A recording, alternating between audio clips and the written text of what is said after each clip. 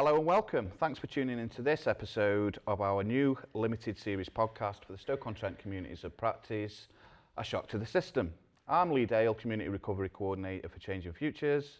And I'm Sophia Fedorovich, the Learning Lead for the Stoke-on-Trent Community of Practice. Across this series, we'll be joined by inspiring guests to have honest conversations as we shine a light on the challenges in practice for people working in the multiple disadvantage field. A community of practice brings people together to learn, reflect and act.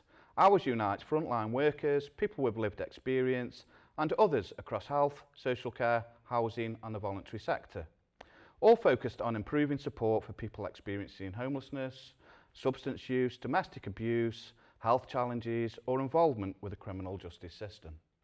We're here to ask tough questions, to challenge assumptions and to share real stories about what works and what doesn't. Our aim is to shift practice, sparking ideas, action and solidarity, whether you're a practitioner, a policymaker or someone navigating support right now. In this episode, we're exploring what a rights-based approach to homelessness is, and homelessness legislation and pathways are complex, and frankly, they make me feel stressed and overwhelmed. So what we're thrilled to do today is to welcome our guest, Mike from Homelessness Best Practice CIC. Hi Mike, welcome to A Shock to the System. Thanks guys. It's great to have you with us, matey. Do you want to kick things off and tell us a little bit about yourself and the organisation that you run? Yeah, cool.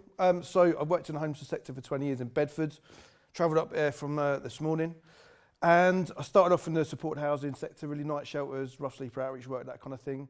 Then went to work at Bedford Borough Council, saw from the inside just how much the culture stank there basically, so just unlawful stuff happening all the time. And so by this point, I was about 8 years into my career, and I still didn't really understand the homelessness law. I still, kind of believed the myths that are out there about it, things like having no local connection, intentional homelessness, all those kind of things. And yet, I saw the culture within this team where housing officers would boast about gatekeeping people, kind of overt discrimination on various characteristics, particularly if you've got like an offending background or drug and alcohol use, that sort of stuff. So I ended up whistleblowing there and went to set up a little organisation in Bedford called Just Us, with my friend John Allen, and we initially actually wanted to set up something which gives people an opportunity to have some kind of influence over how services are delivered, but we got sidetracked because at the same time we'd come across people who were homeless and people, kind of old colleagues or whatever would come and say, look, can you try and fix this? So we basically learnt on the hoof what the law was, and I remember, kind of had a first client we worked with was a lady who was 7 months pregnant, 5-year-old kid, broken arm from domestic abuse, and the council left the homeless for over 2 months, despite repeat presentations there. So I got this old, kind of out-of-date textbook from Amazon for like £2, and I read it in a weekend because I was blown away by what the law actually was. Because actually you find out these myths that are out there about not having local connection, about what intentional homelessness means, are all just basically bullshit. And they prevent hundreds of people in Bedford, hundreds of thousands of people across the country from actually accessing these systems they should be getting. So we basically learnt on the job. So I was working in a drug and alcohol service at that point.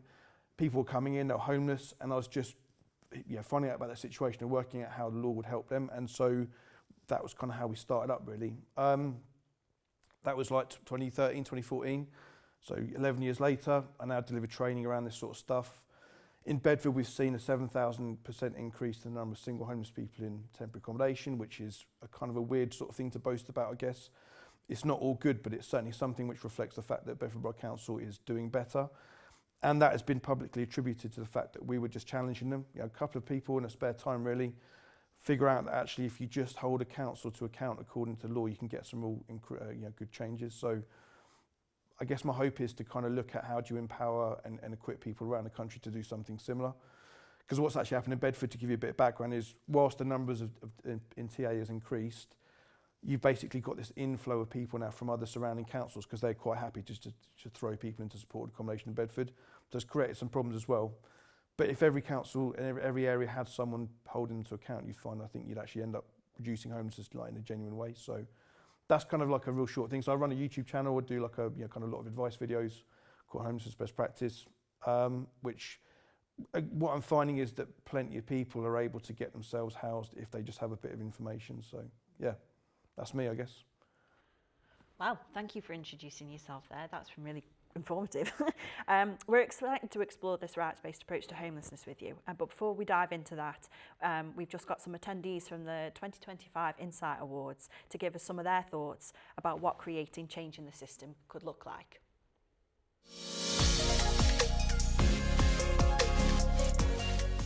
Last 10 years for us at Expert Citizens has been absolutely incredible. Expert Citizens have played a big part in my life, to be fair. Think how many lives have changed through the work of people involved in Expert Citizens. I think the way we make sure the voices of lived experience are heard in system changes, making sure they're in the rooms where their voices can be heard and appreciated, making sure they know they're valued and that they're an important part of systems change, and just making sure they're in the right spaces to make the system change happen. We think it's really important to get the people with them experience to use not just their experience, but their skills, insight, creativity to affect systems change. Again, it's all about lived experience. We have that, it's part of us, it makes us who we are. The people at the top, i.e. the government, they're lucky enough not to have the experiences that we've had. So that collaboration, that working together will make a massive difference. I think they need to be heard from the beginning rather than sort of brought in halfway through or at the end, and it needs to be integral into every conversation. You know, our work couldn't exist without people with lived experience. So everything that I've learnt over many years of working in the criminal justice system has really come from talking to people who are in prison or people who have been through the prison system. We can only know what's truly happening if we learn and listen to those with the experience of their own lives. So for me, that it's vital, and to make sure that this is at the forefront of everybody's mind when they're creating policies or doing things for people, instead of doing them for, do them with. Lived experiences is fundamentally everything. It is the foundation of if we really want to make change in society. The knowledge and the wisdom and that kind of expertise that people bring with their lived experience is powerful. It's more powerful than anything that's written in a book or anything that gets said in the council chambers or in government, for me. Without the voice and kind of input and shaping of services, reviewing of services, without that coming from people with lived experience, we are not necessarily going to be able to deliver the outcomes we want for people. So it's absolutely critical. And it's really critical for organisations to be open to feedback as well, and to review things, to look at things when they don't work. People who are delivering the service, people who are receiving the service have all got different perspective, different ideas, and they're all really, really valuable. And I think it's so important to include all of those different voices to bring about change that actually works, that actually has benefits, and can actually make positive outcomes. For me, personally, it's the most important thing you should be including. That people who have been there, who have worn the t-shirt, who have them life experiences, who are still living them experiences, are the best people to involve in solving some of them experiences for people who may not, who we don't want them to experience some of the stuff we've experienced in the future. It's actually decision makers, politicians, governments, commissioners, local authorities, communities should really be listening actively to these people.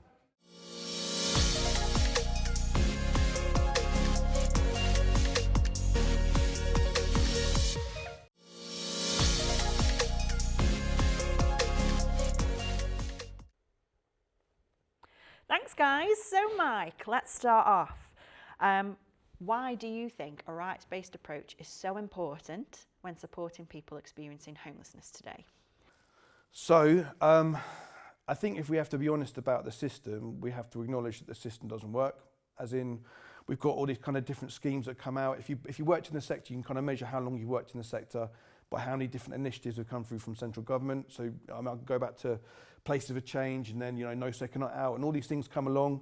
You get these homelessness SARS coming in from central government. You get all these kind of big politicians making promises about ending rough sleeping and ending homelessness, and yet it doesn't work. We had the Homelessness Reduction Act in 2017, and homelessness has increased every year since, and no one seems to realise why that might be. And so seeing homelessness as a rights-based issue, as a civil rights issue, where a large number of people are systematically denied their rights under the law, and that's kind of what leaves people homeless. If you can start to see it that way and start to challenge that, you can start to see homelessness genuinely coming down. So although this is probably like I'm using this analogy in a little bit more broadly than I would normally, when I talk about supported housing as a kind of system, that tends to be the kind of default way that people deal with homelessness. If you look back in time to how initially doctors and the kind of health system developed, it went from this kind of, sort of religious healers through to medicine, and kind of they didn't really know what they're doing still. And at some point, doctors said, well, do you know what? It would be cheaper if we just brought everyone into one roof. We invent the hospital, bring everyone to one roof, and that's going to make everything better. And the reality is it didn't. It made things 5 times worse. Death rates went through the roof because you bring all these people with various contagious issues into one place, and they're all catching each other's diseases and getting worse. And so at the time, I think there's an analogy there with kind of the way that the doctors at the time didn't really understand what was happening. They didn't understand what germs were all about, that sort of thing. I think something similar is happening at the moment with our understanding of homelessness in general. We see, if you look at the Homelessness Reduction Act, it thought that the way to end homelessness was increase the amount of support that professionals gave to homeless people. It doesn't work, and you could probably argue that, there's not enough funding to do it. We're never going to get enough funding to do it, so we have to find a different way of doing it. And what I found by using this kind of model in kind of my casework in Bedford is that we've seen people who were supposed to be unhousable maintain their home perfectly fine without any support, because actually the place was suitable, it was affordable, it was safe. That was the thing they actually needed. Very few people I've worked with would choose the existing model of support over living their own home. So whilst what I'm doing is not, it's not housing first, it's not proper housing first because it doesn't have some of the elements. It does actually have some of the elements in there. Things like dispersed accommodation, not just putting everyone into one area, ghettoising them.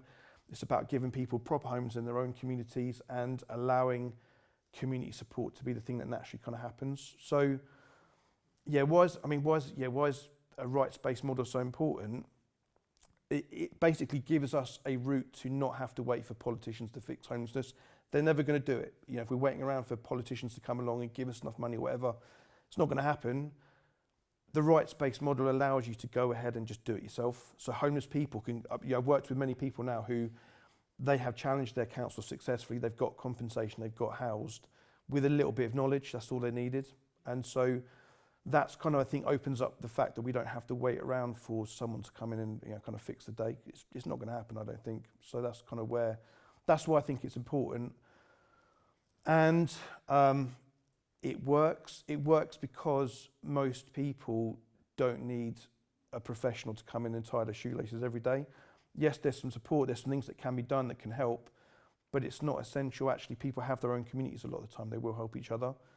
And so that's kind of, I think that's kind of the basis of why I think this is the way forward, really.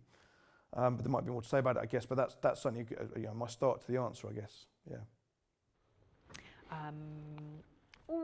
So I really love this concept where we don't have to wait for the powers that be or someone else to come along and save you.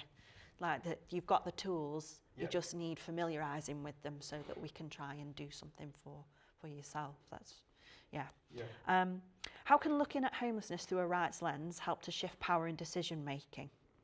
So I think it's the same kind of thing, really, where we have this kind of repeated hierarchies of organisations, going from from central government, MHCLG, all the way down to local authorities, charities, all that kind of stuff, chief execs, managers, all the way down to the front line. And they get paid whether they end homelessness or not. So, when the Home SSR comes in and promises to end homelessness, and they don't have to pay their salary back, they keep that salary. So there's something about the way the system works that doesn't actually enable, or it doesn't incentivise us to end homelessness in the way that it probably should. And so I think seeing homelessness as a rights issue rather than an issue of, this person's messed up and they need a second chance, it gets away from all of that sort of stuff. I think when you actually talk to people and hear their stories, they don't need a second chance, they just need the first chance. They need it to be done properly the first time. If they're treated lawfully from the start, and we're talking here often about people who have been failed by multiple systems, so it's obviously not just homelessness services that are failing people. But I think if you can start to unpick that and start to actually just divert away from, as you say, kind of like waiting for someone to come and fix it, I think if we see that in that way, we can start to conceptualise things differently.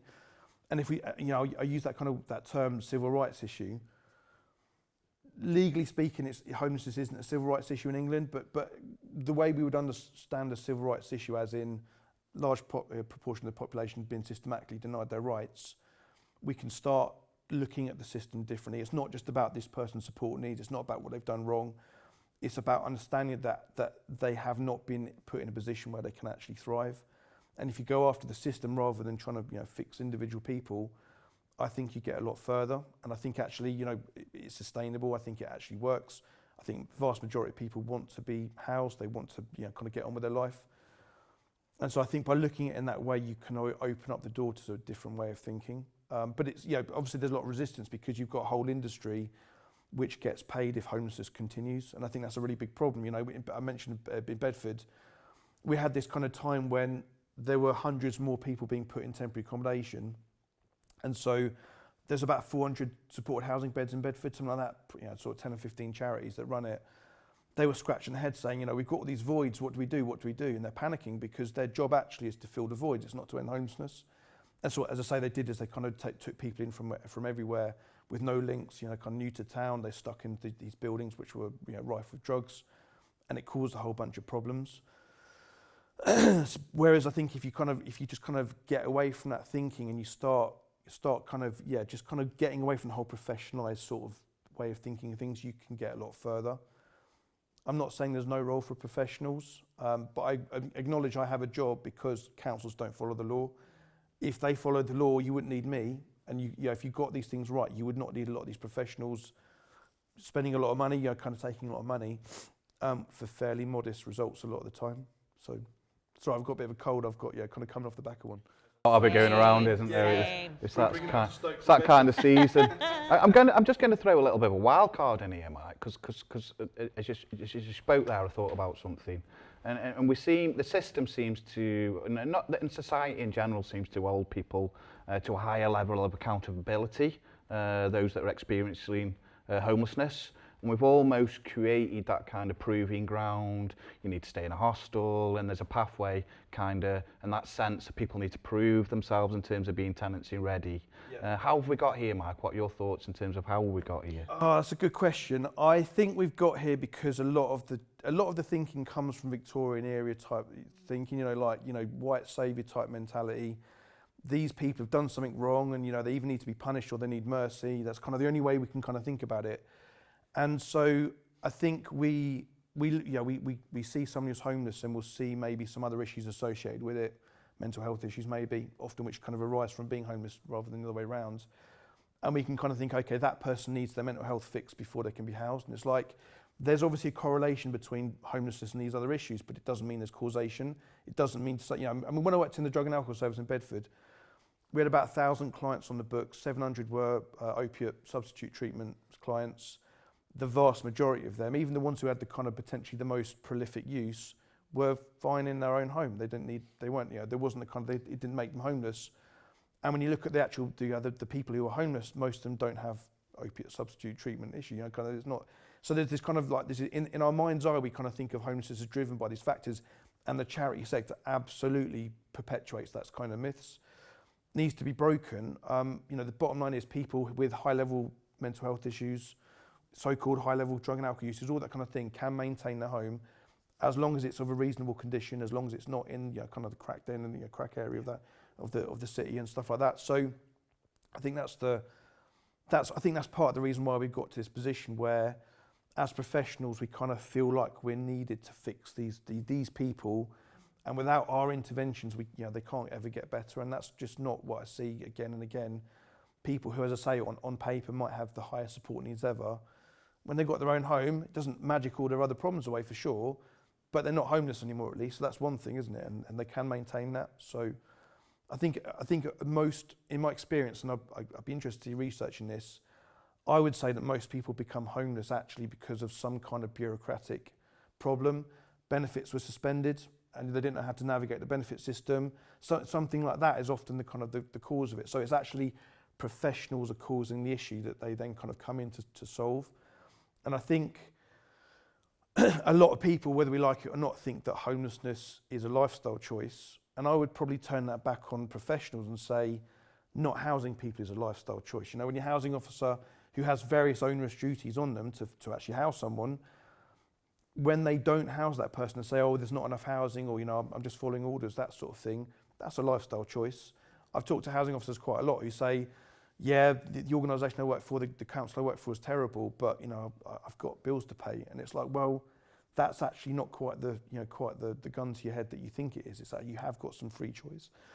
you have got some free choice with that. So yeah, I mean, I don't know if you guys have got kind of potentially other parts of that answer, but I think that's probably what I'd say, you know, top of my head. Just touching on, because you mentioned duty there in terms of a duty that a local authority may owe, and for people who aren't familiar, could you explain the difference? Because I've done your training previously. Could you explain the difference between a duty a local authority may owe and a power that a local authority may have? So yeah, I mean, within homelessness, it's pretty simple within homelessness laws. So I'm going to try and avoid too much jargon. The vast majority of requirements that a council has under the Housing Act 1996, which is the main bit that we're talking about, they're all duties, really. There's a couple of things which are powers. Some might surprise you. So a power is effectively something which you have a bit of discretion about how you basically go forward, whereas a duty is something that a council has to do no matter what. And I'll give you an example of that in a minute, actually. One of the interesting powers that a council has actually is that it has a power to refer someone back to an area if they don't have local connection, but that's not a duty. They don't have to do that. It's just if their choice, basically. Do they want to refer that person back? And so actually the duties that councils owe when someone approaches them are specifically supposed to be onerous. That's the way the law always talks about it. And it's designed to be onerous to ensure that no one actually ends up homeless. That's the kind of the point of it being there. And if you then look at what a duty is, maybe the best example of that is a case called Imam v Croydon, which was from a few years ago, 2023. Family in London. Croydon, by this stage, is already broke, you know, kind of publicly known as one of the worst councils in the country for their finances. And there's this family where they've got, you know, kids with disabilities and they need a very particular type of housing. And Croydon basically said to the judge in the Supreme Court, we ain't got any money, sorry, judge. And the judge said, that's entirely your problem. You've made that problem. If you need to go and borrow money to buy this family a house, you better get to it. That's kind of how the duty actually worked. So the fact that they felt like they didn't have any money was actually a result of their own political choices over the years, and it was for them to lose sleep over that, not the family who had this, you know, disabled kid.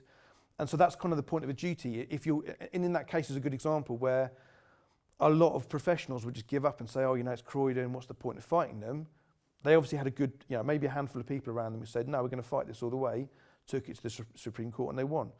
That's what it takes sometimes to actually get a council to follow the law.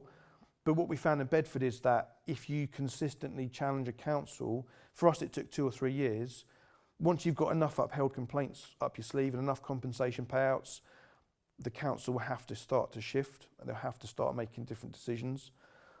And so the whole point of a duty is there to protect people who might be at risk of remaining homeless if they become homeless. The vast majority of people that we would meet in our services will be in priority needs.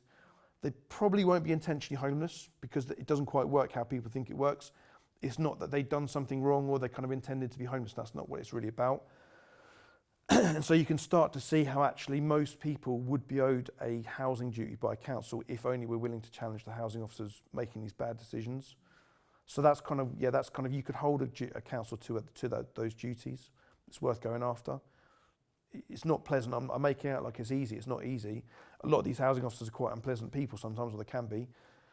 You have to overcome that. You have to just dig in and kind of stick with it and kind of get people the right result. So I'd certainly recommend in the training that you provide, Mike, to give a person on the front line that kind of confidence and ability to be able to make those challenges they wouldn't necessarily would be making. I'm going to go to the next question. Why is it so important for people with lived experience to be involved with helping to shape the information, advocacy and the services we create around rights? Yeah. So I was hoping to be here with Shannon today, my colleague. She's not able to be here, unfortunately, so she maybe give a better answer than I can. I think in my experience, I've probably trained a few thousand people now, and yet only a minority will actually ever go and use that information, because it isn't easy. You know, in one sense, it's already quite complicated, but then you've got to go and take this counsel on. It's quite difficult, quite intimidating to do that. You've got quite a number of reasons why you don't want to do that, because you might put your funding at risk and kind of all sorts of political considerations. The reason I think people with lived experience are central to this is that they tend to be the ones who care enough to fight. So I've been very blessed in my last 11 years. All of my colleagues have been homeless at some point, and they are very naturally willing to challenge a council. That might be because they haven't experienced themselves of a council being treated really badly, and they can use that experience and knowing what that's like, knowing what that injustice feels like, to then fuel their fight to actually take them on. And so a lot of people get outraged, but I train a lot of professionals who are like, oh, our council's terrible, and I'm like, okay, here's a very simple step you can go and do to fix it for this person.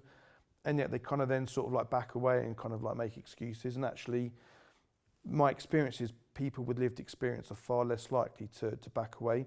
They tend to exhibit a lot more courage, and they're willing to fight all the way for someone. My guess is because they can see maybe some of their own situation in that person, and they want to kind of try and make things better for people. Brilliant, thank you, Mike.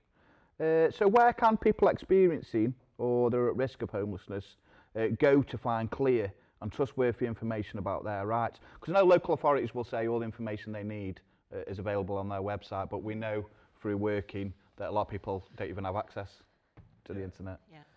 Yeah, I mean, I think it's a really good question. I think probably the most reliable single source is a website. It's the shelter website. The downside of the shelter website is that it does get very technical very quickly, and so I would say someone who's got no background in the law is going to probably struggle to start reading these kind of reams of information. I mean, I'm biased, I guess. The YouTube channel I run is I would say is a very accessible way to understand things. I get a lot of feedback from people saying they watched a video and it made all the difference for them. And I think other than that, it's then very much a postcode lottery. My experience is that most housing officers have never actually been trained in any kind of sort of adequate way to understand the law themselves. Yeah, so I think, you might be surprised, but a lot of housing officers have never actually had adequate training about what the law is. They might have had like a couple of sessions here and there. It takes a long time to really understand everything they need to know. And so they, in my experience, are not they're not kind of reliable source of information. So I would not ever say to someone, oh, go to your local council, they'll treat you well, they'll tell you what the law is. I just don't see that happening very often. Maybe it does somewhere.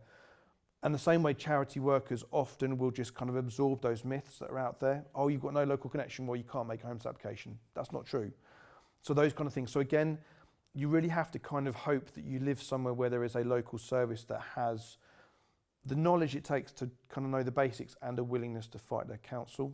And that's the kind of a very rare combination. I'll give an example. I don't work for Just Us anymore, but I still do a little bit of work for them every so often. So I rode along for an assessment earlier this year in the summer. Lady was sleeping in her car. First time she rough slept, she's been there for 3 weeks. She met with 3 different organisations who, one of them gave her a blanket and the other 2 referred to Just Us because they weren't equipped to do anything. One because they didn't know anything, the other one because they weren't willing to challenge the council because they were funded by the council.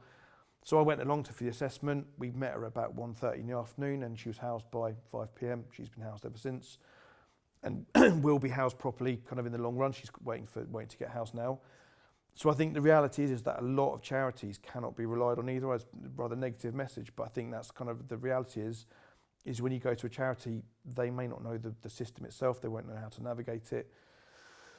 So I don't have an easy answer for that, how can people go and get that sort of information, but I think people need to go in with their eyes open and be a little bit kind of sceptical about what they're being told. I've seen far more instances where someone's been told some nonsense rather than actually been told what the right bit of information they need is. That can obviously have a dramatically negative impact on their kind of how long they stay homeless for. So I mean, if you're lucky to live in an area where you've got a solicitor firm which has got it's got legal aid for housing cases, then that's a good place to go to. The reality is there's not enough of them, so they're all at capacity, so it's actually quite difficult to get in there. But homelessness is a legal issue in the same way that buying a house is or getting divorced is. So we don't think of it like that, but what we need to understand is that when we become homeless, and if we wander into a council, anything you can say can get used against you. And so if you don't know what the law is, if you don't know what's actually important, you can end up saying things which can get misconstrued. which can cause a big problem. So if I was homeless and I didn't know what the law was, I would want a really good solicitor or a really good advocate behind me to actually walk me through the process, because it's not straightforward for someone who's never done it before. Cheers, Mark. So, what simple practical things can frontline workers do to help people understand and use their rights? I'd maybe kind of go back a step with that question. The first thing I think that actually needs to happen is managers and chief execs need to know what this stuff is. It's very interesting, I see when I deliver training, a lot of chief execs will send all their frontline staff, but they won't come themselves. And I'm like, you need to understand this stuff better than your staff do if you're going to lead that team through that process. And so I think really managers should have walked this walk. You can't just tell your staff, I'll go and challenge a council. If the manager doesn't have their back, then actually it's a very terrifying experience and they can kind of end up in a real bad situation. So if you had a good organisation who's got a good manager who's walked it themselves, they've got that courage and they've shown that, then as a frontline worker, I guess it's about understanding that this information is not that difficult to get hold of. We've all got Google. We can all find that sort of stuff out very easily.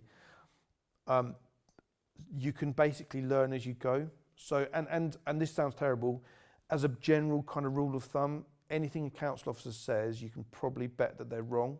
So if you've got a client and the council says, oh, they're not in priority need because of X, you can probably bet that's not correct. You can go and look at, okay, what's the law say about this particular issue? What's it say about drug and alcohol and stuff like that? You actually find out that the law's really good. And so you can then kind of go back and every case you have, I'm still doing this, 11 to 12 years later, every new person I'm helping out, I'm learning something new about it, because no two people are the same. And so by being willing to walk through that process and kind of learning, as yourself, not just getting the person housed, but learning what the law is as you go is a really good way to get very good at it. And so it will get to a point where in Bedford, because they all they know me and they know John and they know Katie and stuff, just us, if we were to go into the council with someone, they will get treated decently, whereas if they didn't, they wouldn't. So I think that's kind of, it's understanding it's worth the effort. It does take a bit of time, it isn't easy. But if you're willing to just learn the basics and use them, and at some point very quickly in the process, you'll get pushback from a housing officer, you need to ride it out, basically. A lot of people give up at that stage. That's no good, you've got to go through all the way. But if you can do that, you can start getting some real good cases. You get your own experience, you get very good and very quick at getting people housed. And I think charity workers, there's a lot of pessimism in the sector. There's not, there's kind of a lot of messaging we get, which is there's nothing anyone can do to fix this. I think if frontline workers take it on themselves to learn this stuff, they can start seeing that's not true. There are some really good ways to get people housed and kind of get some good outcomes. But it just takes a bit of persistence, a lot of persistence and probably some good people around you. I would not recommend that any worker does this on their own. It's just too hard. So, yeah. Cheers, Mark. So finally, what changes do you think locally or nationally would you love to see that would strengthen rights-based practice in homelessness support? There's a million ways you could take this. I would say it would be really good for there to be a criminal offence on housing officers when they knowingly or recklessly misapply the law. Because at the moment there's no real accountability. That's kind of the real thing. If they break the law, then they'll get away with it probably. The LGSCO, the Local Government Associate Ombudsman, which is like the watchdog, they're really good, great source of information. But the fines, the compensation they will recommend are so little that it's cheaper for a council to break the law, get caught, pay the fine, nothing changes. That's something they're prepared to do? Yeah, so a lot of councils, London councils, they know that this is the game. So yeah, I think by increasing those compensation payouts by 20-fold, you might start seeing councils actually motivated to not break the law. There's lots of little things you could do. I think ultimately those kind of two things about holding a council to account more effectively is going to be the key thing. That's going to be what it really takes to kind of start moving towards this model and seeing it actually work. No, that's interesting. So we touched earlier in this episode, and you spoke about some of the campaigns.